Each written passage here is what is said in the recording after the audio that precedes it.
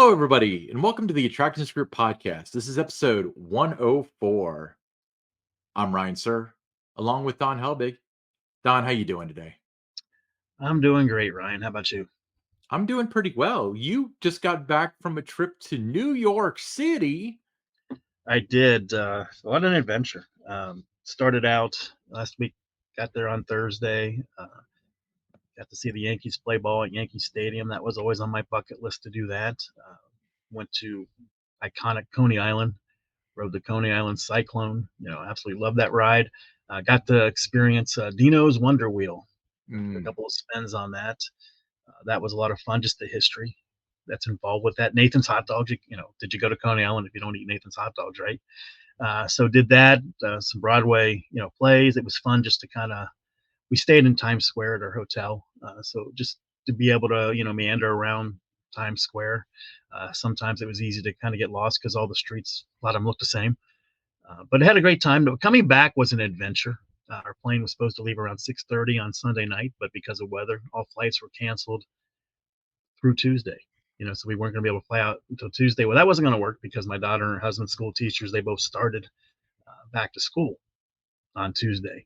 So that left us with the option of drive. So we went to get a rental car. Because of what was happening, they all were selling out very quick. The only ones that had a car left were Avis.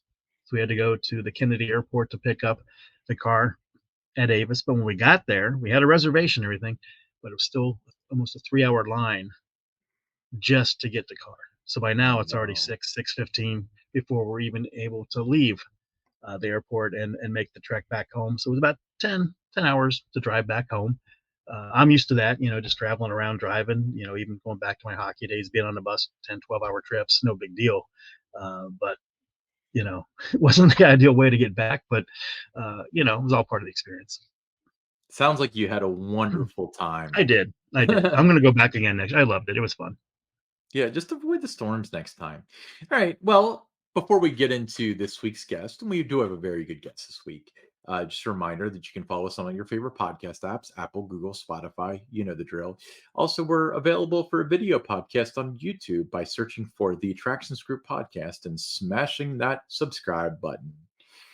So, this week, we welcome back to the show, let's say an early I don't want to say legend because she's younger than me and I don't want to date myself, but Leah Koch Bloomhart is a fourth generation owner and director of communications at Holiday World. You might have heard her name before. So Leah, welcome to the show. Thanks for having me. I'm so excited to be back. So since the last time we've had you on the show, your family's a little bit bigger. Why don't you tell us about that? Yeah, so the last time we spoke, I was about 8 months pregnant, and now it's been our little girl Eleanor is 5 months and going on 6 months real quick. So time flies. Yeah, 13 going on 30, right? Yep. Got her on a coaster yet? Not on a coaster. She's ridden the train and the carousel. That's all she can do right now, but we're loving it. Awesome. All right. Leah, Holiday World and Splash and Safari recently celebrated its 78th birthday. You got to celebrate a legacy of wonderful family memories, with something previous generations. I mean, they couldn't have imagined what Holiday World would be like today, right? So talk a little bit about turning 78 and just kind of, what that meant for you. I mean, it's a huge responsibility and a wonderful legacy that we have with Holiday World and Splash and Safari. My great-grandfather started it in 1946, and like you said, we got to celebrate this year with a drone show. We had a birthday cake, and we celebrated with the audience singing happy birthday, and it's just cool to think that celebrating with a drone show is truly something that the original generations couldn't have imagined. And just the way that the park has grown, I think they would be very impressed and very proud of what we've done here. Yeah. So, Leah, why don't you walk us through kind of the evolution of Holiday World? Because it wasn't always about all holidays. It was kind of pigeonholed into one holiday originally, right? Yeah. So my great grandfather, Lewis J. Koch, came to Santa Claus, Indiana, in the 1930s, and he was disappointed that there wasn't anywhere that really had a Santa Claus or anywhere you could meet Santa Claus. So he was inspired, and as part of a retirement project, he opened Santa Claus Land. When it opened, it was kind of just a small little roadside attraction, but truly it grew quickly. So my grandfather, Bill Cook, went off to fight in World War II. He was actually an engineer, and he helped repair ships in Pearl Harbor. He came back from the war, and he was looking for a place in his family business and settled into Santa Claus Land. And he really built up the town of Santa Claus. So if you see the shopping center, if you drive past Christmas Lake Village, where a lot of our full-time people live, you'll see a lot of the stuff that's around Santa Claus, Indiana. Had a my grandpa really built, and I don't know, it's amazing to think about. But my grandpa also had the vision that maybe Christmas was a little bit limiting. So he decided that we were going to become Holiday World. So in the late 70s, he started advertising Santa Claus Land. It's a holiday world of fun. And in 1984, we made the switch. We added the Halloween and 4th of July sections and started celebrating more holidays than just Christmas. Um, yeah, so after that, eventually my dad took over in 1993. My dad added Splash and Safari, which of course has now grown to become a monstrous success. And in 2006, of course, we added the Thanksgiving section. So that's kind of the history of how Holiday World has become what it is. And now there's a book out there that I want to get. It's Holiday World and Splash and Safari, 75 Years of America's First Theme Park. That's important to note. You are the first theme park in America. Everyone thinks Disneyland, Yep. but no, it was you guys. But talk Yep. about the book and where I can purchase this, as I've heard about it, but now I got to get it. Yeah, so we worked with the IAPA historian, Jim Futrell. He did an amazing job. He helped us pull in other historians from the industry. So we got Dave Honor and Ron Gustafson, and our leader of the Santa Claus Museum and Village around the corner from Holiday World at the time helped us write, and I wrote the chapter on our recent history. So it was kind of a team effort, and we all worked on different parts of it, really because we pulled this together, and we didn't realize my husband was the one who had the idea to pull this book together, and we quickly realized that in order to make that happen for our 75th, we need to get moving fast. So we kind of broke it up into pieces and all worked on it. But truly, the product of it is amazing, and I learned things from it all the time. So I'm very proud of the work that we did on that, and highly recommend everybody check it out. It's online at our Holla shop, or of course at any of our gift shops. Yeah, I saw that too, and I meant to grab it and I didn't. I totally have regrets about that. So yeah, so I want to leave this up there so people can know the cover of the book. But Holiday World and Splash and Safari, 75 Years of America's First Theme Park. So it's available Yeah. what in the park. I've seen it in the park, and you said it's available on the Holla shop as well. Yep, if you go to holidayworld.com, I believe it's in the upper right corner, you'll see a button for the Holla shop, and it'll take you there, and you can browse some of our merchandise, including our 75 years book. Perfect. Yeah, I'll definitely have to check that out Yeah.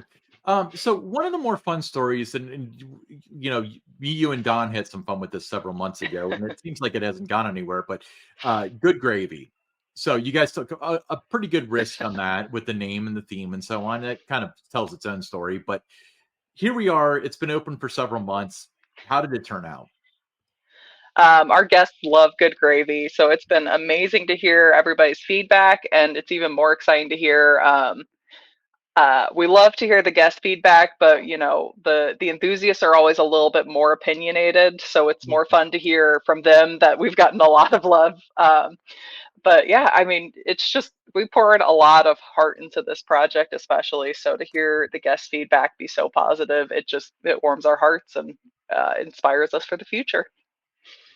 And every time I ride Good Gravy, I discover something I didn't see before. So I'm going through the queue. I mean, the theming, I mean, we've talked about this before, but it's incredible. Something you'd expect to see at Universal or Disney. I'm not the only one that says that. I see that out there a lot too. So to hear guests put it on that level, I mean, that has to make you and your team feel really good that you're being compared to those two giants. Yeah. it truly is humbling to hear. Again, it's kind of something that our entire team really poured our hearts and souls into. But I especially want to shout out that our IT team really got involved. So if you see the TV in the living room, they work together with our safety director and different people who have just all these different skills outside of work. And they came together and built this antique looking TV, but it's a modern TV built in a 1960s housing. And just all those little bits and details. Our marketing team, our IT team, people were all over the internet, going to thrift shops, scouring for gravy boats, trophies, you name it. So we really appreciate that, but I really want to give credit to our team who did just an amazing job pulling everything together, making sure no detail was missed. So, Leah, one of the reasons why you're here is that we want to talk about how you guys have some extended hours this season. So, the way that I want to kind of come at this is, it seems like a lot of parks and a lot of chains have been cutting hours this season. You guys are extending hours this season. What led to that decision? Yeah, so the days that we've added back in August, I say added back. So they used to be a part of our calendar, and kind of during COVID and after COVID, we pared those back because staffing just wasn't where we wanted it to be. We've made a very concerted effort to make sure that our staffing is strong and we can deliver an excellent guest experience. So we're seeing the results of that now. So we're looking at August 4th was going to be the end of our daily operations, and we realized that we had so much staff sitting around that we were going to need to find something for them to do. So we thought, why not go ahead and open for the days that we used to be open? So we're open right now, daily through August 13th now, and we're very proud to be able to be one of very few parks that are adding hours. I don't know if I've heard of any this year, but I probably don't know every park. Yeah, I know I was excited about it when I heard there was going to be more opportunity to come visit. But what has the response been from guests regarding the extended hours, the extra days?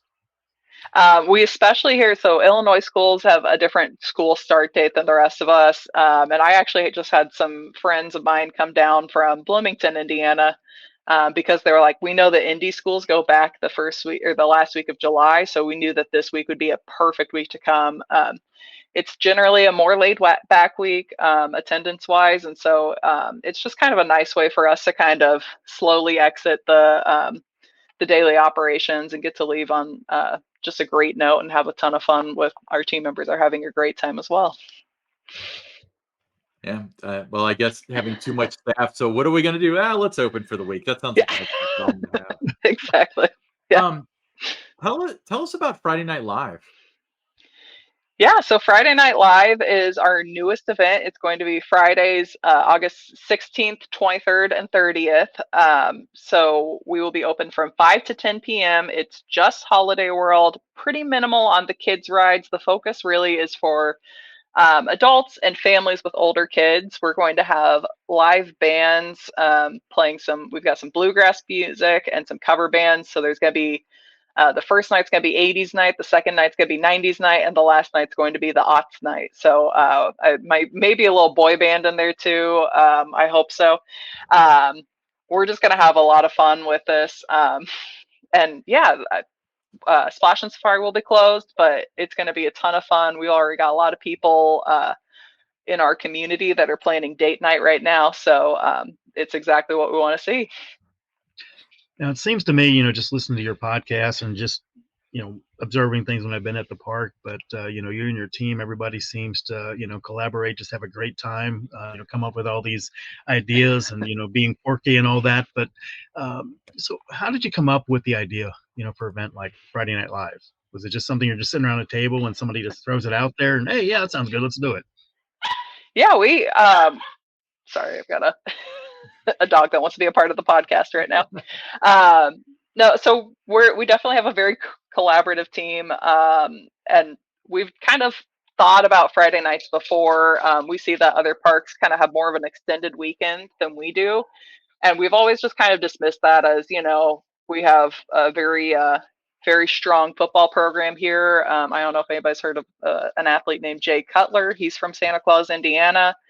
And so Jay Cutler, he cost me my fantasy league one year. I'm sorry about that. But so he's from Santa Claus. So we've always had a strong football program, and a lot of people who love football in this, like high school football in this area. So we've always just said, oh, it probably won't work. So this year, though, we all kind of sat around and looked at each other and said, why not try it? You know, not everybody goes to a football game on Friday night, and I bet you there are a lot of people who are looking for something fun and different, a different way to experience Holiday World. So this is a great product, and I didn't even mention the best part of this is that the ticket price for that 5 to 10 p.m. is $30 at the front gate, $25 if you buy online. So it's a great deal. Yeah, it's a heck of a value. Now, tell me why Holiday World's the place to be on National Roller Coaster Day, which is what, August 16th? August 16th. So normally we don't get to be open on August 16th for National Roller Coaster Day, just because we're done with our daily operations. And so getting it to fall on a weekend is difficult. So we decided that because we actually get to be open thanks to this new event, we were going to celebrate in style. So we'll be turning off our trims on the voyage. So that means that there will be some slightly faster night rides between 8 and 10 p.m. We're super excited to be able to share that. And this is a special thing. Normally, we only share that with our enthusiasts for our Hollywood Nights event, but that's an attendance capped event. So this is definitely a way for enthusiasts to experience trimless voyage without having to stress out about making the cut. Now, running the voyage trimless, again, 8 to 10 p.m. on National Roller Coaster Day, very much a special occasion. And then I can say, as good as the voyage is, the ride experience is elevated to a whole new level when the trims are dropped. So talk about why this would be a can't miss opportunity, like just that difference it makes. You know, it's already, just relentless as is, but then it just gets Yeah. elevated to a whole new level there. Yeah. I mean, night rides on all of our wooden coasters on all of our coasters in general, but our wooden coasters especially are just something out of this world. I feel like because we're out here in the country, there's just not as much light pollution. And so these night rides are truly intense. And if you don't know the coaster well, you have no idea where you are. I've been on many a ride on the voyage, especially where I couldn't see my hand in front of my face. I've ridden that coaster hundreds, if not thousands of times, and I still sometimes get lost in the middle of dark rides on the voyage. But then you turn the trims off, and the trims come in right before the triple down. And sorry, I'm going full nerd. And so that triple down, when you don't have the trims breaking ahead of it, is just truly amazing. And that's one of those moments where you're like, I don't know where I am anymore. Space and time maybe don't mean anything anymore. I'm not sure, but it's just I've heard some people describe it as a religious experience, and it truly is incredible. So it's a ton of fun, and the second half of the ride is really where that energy picks up. So if you go in with just a little bit of extra energy, then it's already a really great ride, but it just takes it up a level. Yeah, I remember the first two words that came to mind when the train came to that final, stop before coming back into the station after my first trimless experience on the voyage was just, holy cow, what just happened? Yep. I still do that with a trimless night ride on voyage. I think the same words every time. So speaking of the voyage, actually, speaking of all your wooden coasters, you had the Raven, then the Legend, then the Voyage. Then you changed things up and got Thunderbird, a steel coaster. What went into the decision to go with a steel coaster when you've been so successful with wooden coasters for so many decades? So for me personally, fun fact, I had a fear of coasters when I was much, much younger. And the Dueling Dragons ride at Islands of Adventure is kind of what got me to go, okay, I'm going to try that one. And so B&Ms always have had a special place in my heart, and just steel coasters have always had a special place in my heart because that was the first coaster that I tried, and I went, okay, these aren't always terrifying. These are fun. But when we decided to build Thunderbird. My dad had been working on a steel coaster project on and off for, I mean, probably around a decade before he passed. And so we wanted to bring that back. And if you notice in the section of the park, there's the Willpower building. That's a tribute to my dad. But we really wanted to do something to honor my dad. But also, I just have to say that for those of you who are familiar, my dad was an engineer and a total nerd, and so he was very involved in the layout of each of our wooden coasters. And so it's a little intimidating to think about approaching a new wooden coaster after your dad was credited as a designer on the Voyage, one of the greatest wooden coasters ever built, if not the greatest. So we decided that it was time to forge our own path for the fourth generation. And again, pay tribute to my dad. We kind of went back to his original drawings and took some inspiration from the layout. We changed the concept. It was not going to be a wing coaster, but we changed that. And then when we added the launch, we changed the direction of travel on it. But yeah, it was. It's definitely a little bit motivated by. I don't know if we can touch that legacy of my dad's wooden coasters. Fair enough. He was kind of the when I goat. when I look at the Holiday World coaster lineup, I mean, you've hit on every roller coaster that you've added. There are no misses there. They're all among the best in their respective categories. So what do you attribute that to, that you've been able to just have such a high success rate with your coasters? And, you look around other parks and they hit on some, miss on others, and, but there, no, not at all. I mean, my first thought is we're a small park, so we can't afford to miss. But my second thought is we really there's just not that many layers here at Holiday World. So we're reading most guest comments, most guest reviews.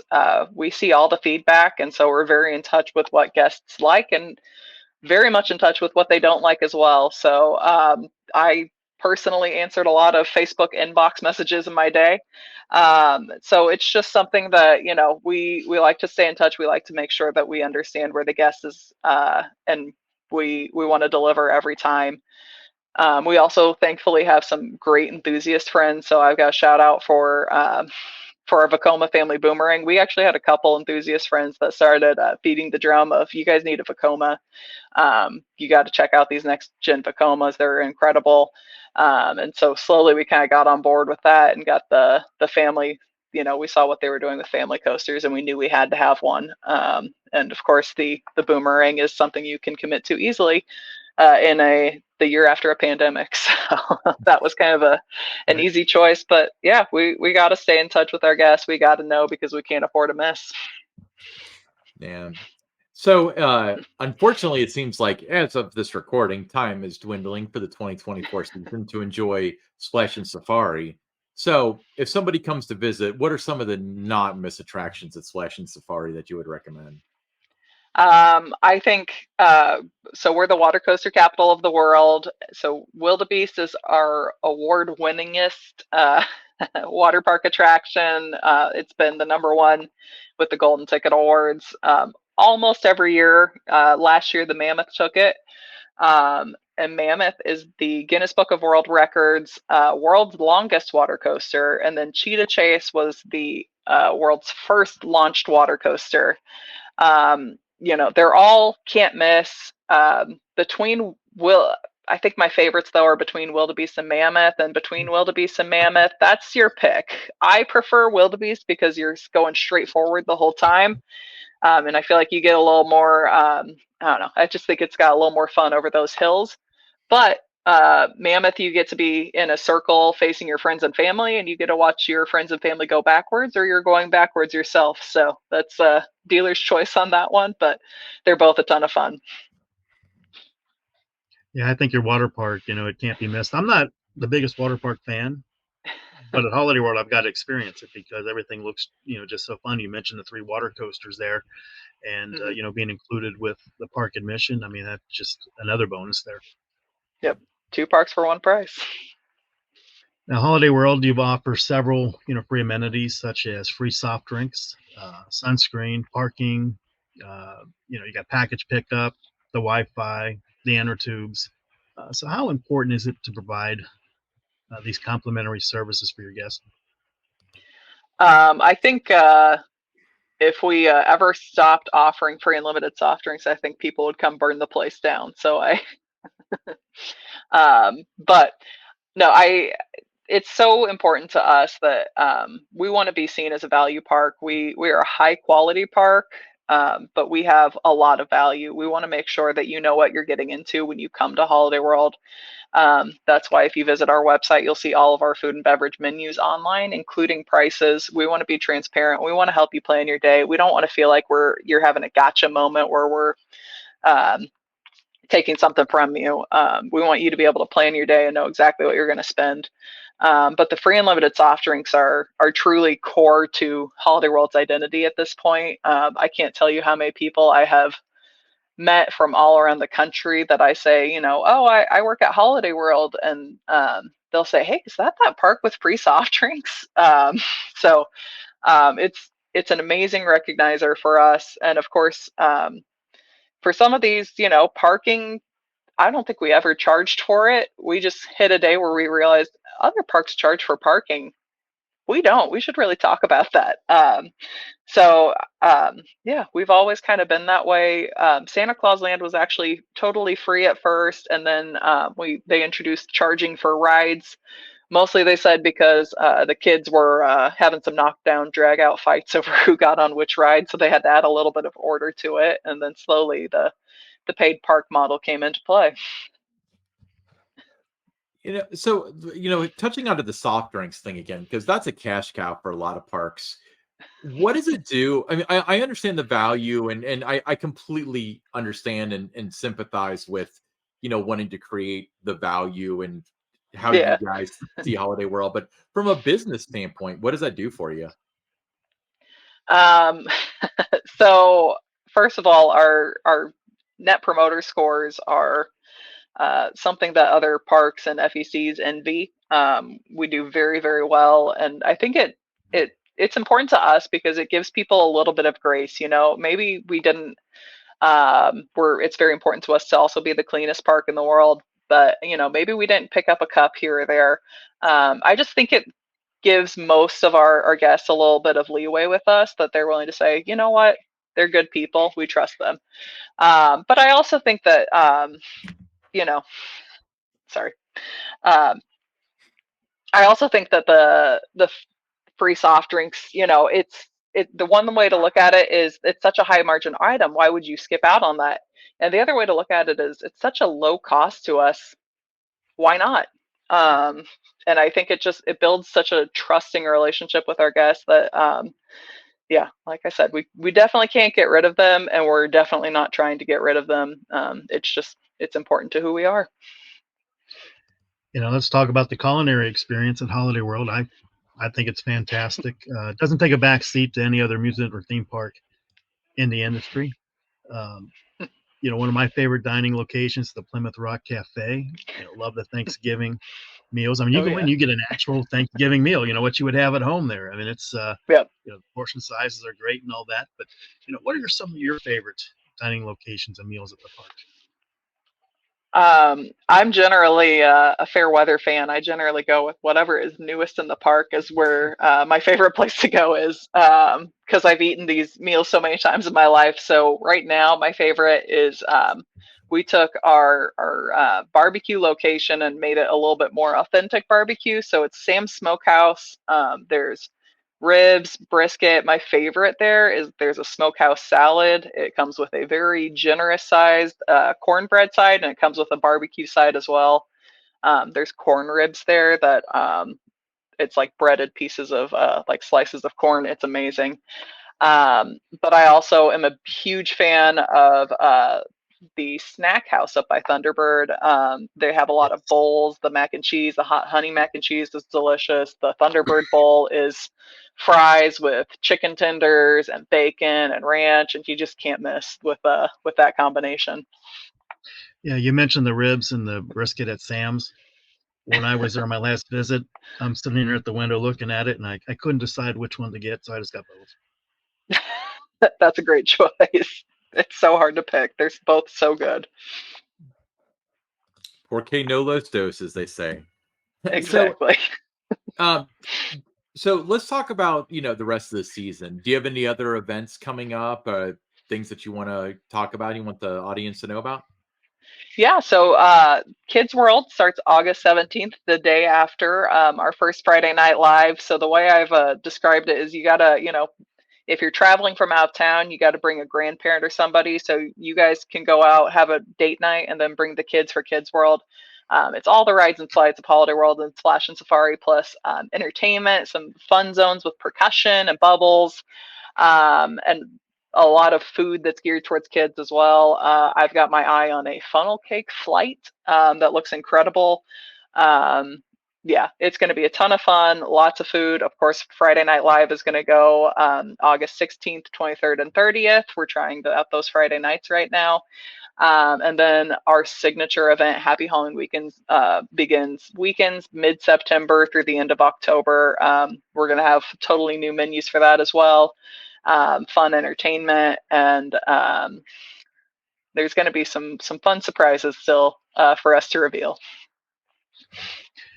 Right now, Holiday World and Splash and Safari, it's conveniently located to several major cities, making an ideal spot for a day trip or a weekend getaway. So, if you're coming from Louisville, Lexington, Indianapolis, Cincinnati, Nashville, St. Louis, Columbus, Holiday World and Splash and Safari, it offers an experience that's definitely worth the trip. So for those listening to this episode of the Trash You podcast and they want more information, where can they find you on the internet and social media? Visit us at holidayworld.com. That's going to be a huge resource for you to plan your trip. Check out what rides you might want to ride. Like I said, we have menus with full pricing online. We've just invested a lot in that website, so it truly is a great resource. We even have all of our restaurant hours listed. Truly, it's an amazing resource. And of course, you can find us at Holiday World on all major social media platforms. Yeah. So, um, let me ask you a historical question. This is one I've Sure. been meaning to ask Yeah. you. So, Bluegrass Boardwalk. Were you too young for that, or do you remember what the situation was with when Holiday World attempted to purchase Kentucky Kingdom and make it Bluegrass Boardwalk? What are your Uh, memories of that? that was relatives of mine that were kind of looking for a new venture, so I wasn't really a part of that particular project. Oh, interesting. I didn't know it because I mean that was a long time ago, so you Yeah. probably weren't terribly involved. But so with Holiday World, when we talk about rides like is it the Firecracker that you guys purchased and Yep. revamped and The everything? Calypso. Yep. Yeah. So can you talk about that? I remember it was a big deal when it happened. Bringing in old rides and revamping them, and because sometimes you can't get these classics anymore. But what was the Yeah. thought process behind that? That was a ride that we had kind of had our eyes on for a while. We had heard about it, and we went out to go check it out, and it just kind of turned into a passion project for a lot of our team. Having that vintage Calypso was truly, it's a fun ride. We wanted to have it, but it was also a cool way for us to be able to showcase some of the talents of our team. So our maintenance team is incredibly talented. Our paint shop is incredibly talented. And so we loved that we were going to have the ability to let these teams show really what they're made of. And truly the product is outstanding. I'm still so proud every time I look at that. From the custom lights on there, that was done by members of our team who have some automotive experience. The paint, everything, just the way that our team pulled together to do that. I still am in awe of it. Leah, let me ask you this: you were born into, the industry, fourth generation owner. At what age did you realize that it was going to be a theme park life for you? Ooh, well, I mean, I feel like when I was really young, there was kind of that aha moment of, oh my gosh, my dad is actually the president of this place. That's really cool. But I think it was not to get a little too sappy on you, but when my dad passed away, I just really felt like I had already been kind of leaning in that direction. I was doing an internship at the park. It was my freshman year of college, going into my sophomore year of college. And so I just really felt that pull of like, this is where I need to be. This is my home. And the people who work here are my people. And I just felt like this is my calling. And at one point I started looking at other places. I went and got my master's degree, and I started thinking, well, maybe I should at least entertain going somewhere else.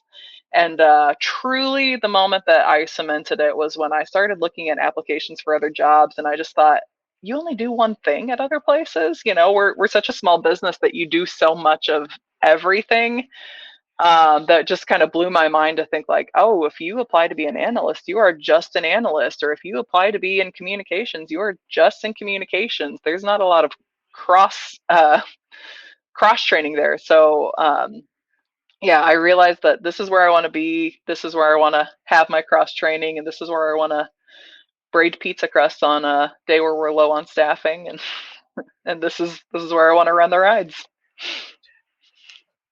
So, Leah, you originally, Santa Claus Land and then Holiday World. Have you guys ever considered doing a Christmas event, kind of like Winterfest or Holiday Fest or anything? Because I imagine for about a third of the park, the decorating cost wouldn't be that bad because you have that in the bag in the front of the park. Sure. We would be irresponsible if we didn't talk about it every now and then.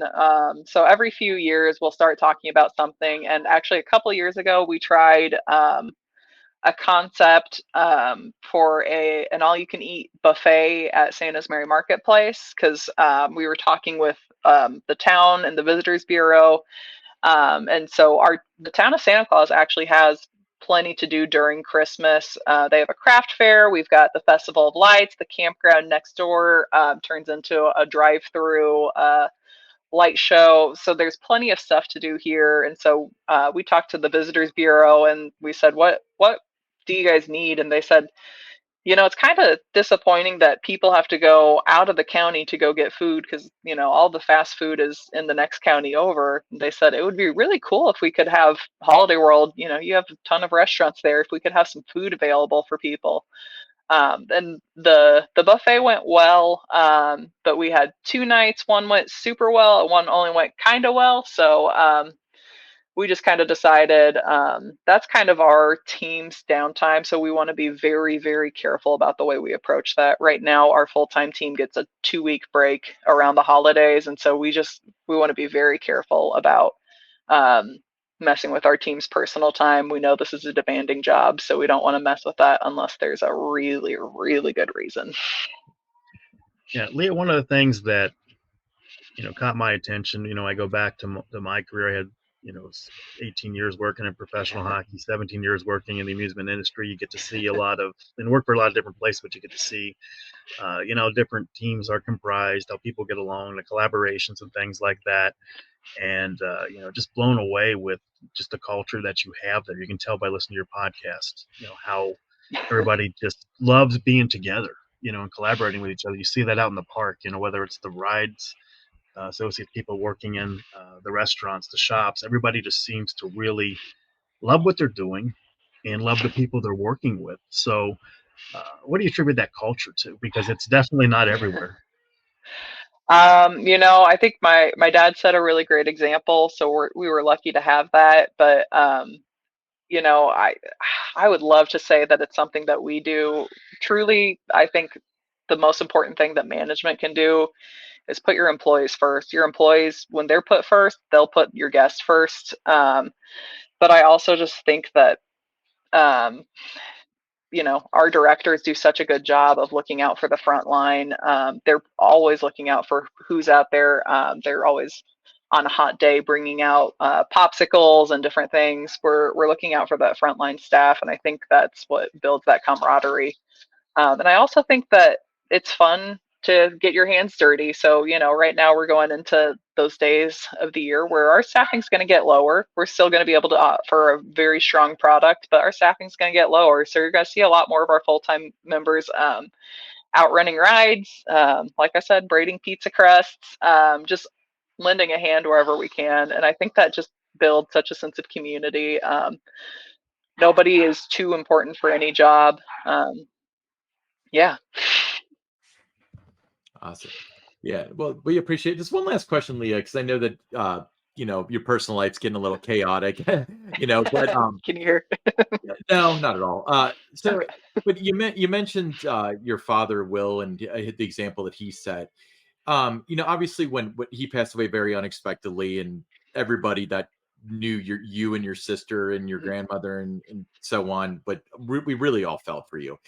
But was there ever a moment after that when it was kind of like we don't know what direction to take Holiday World, or was it more like full steam ahead in honor of Will? Like, what was the thought process early on with that? I would say that I think we were full steam ahead, everything in honor of my dad. He had left us kind of a great legacy and a great plan. And we've executed a lot of that already. Um, I've talked about this in other interviews, so I'm not too nervous to talk about it. But we've talked.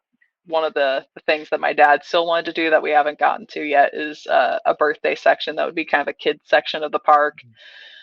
It's a dream status, so if I'm talking about it, it's still a ways away. But we have a few things like that we want to pull out. But I think when we started to run out of the projects that he had, and when we started to do kind of our own thing, so like Thunderbird, we put our own spin on that, but that was absolutely all in tribute to him. After that, I think was when we started to kind of go, what do we do next? How often do we do that? And plenty of our team had worked with my dad for years, so they kind of knew. But my dad just kind of, he was so brilliant that he didn't really share everything that he had in his mind. So we've kind of rebuilt the map now, and we definitely feel like we've got a great direction, and we know exactly what we're doing now. But I will say, there were a couple of years where we just weren't quite sure what the next move should be.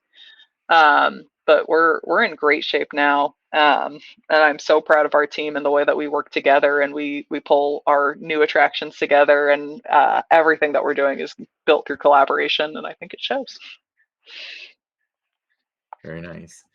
Cool. Well, Leah, we really appreciate. Thank you for the second time on the show. Don and I were talking about it. Your second time on the show, third time Holiday World's been represented on the show, but you guys are always a pleasure to work with. You have such a Our wonderful pleasure. heart. Well, thank you for having us. Absolutely. Santa Claus, Indiana, Louisville, Cincinnati, Indianapolis, that whole swath of the Corn Belt there.